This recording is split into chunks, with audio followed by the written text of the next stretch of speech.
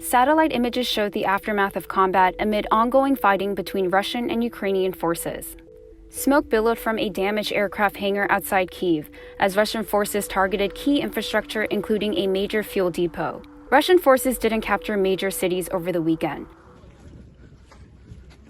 The news agency Storyful said it corroborated and verified the location of this footage, which shows Ukrainian forces examining abandoned Russian military vehicles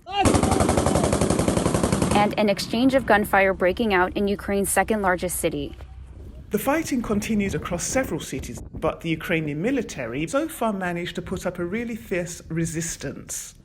It's notable that many ordinary citizens have taken up arms to defend their nation and also resorted to making crude homemade weapons for protection, such as Molotov cocktails.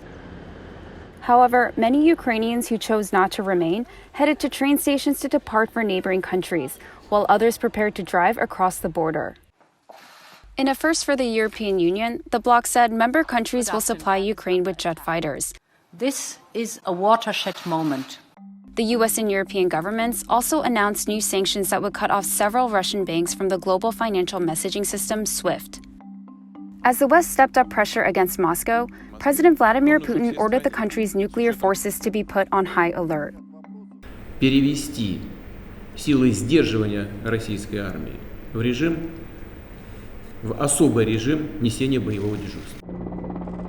On Monday, a delegation led by Ukraine's defense minister arrived for talks with Russian officials at the Ukrainian border with Belarus, the first talks since Moscow's invasion.